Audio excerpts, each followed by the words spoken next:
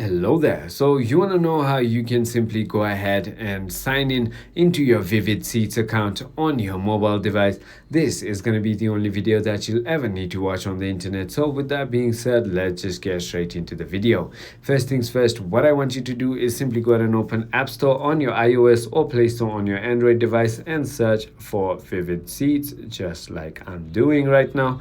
And once you've done that, click on this application, download and install it onto your device, and now tap on open.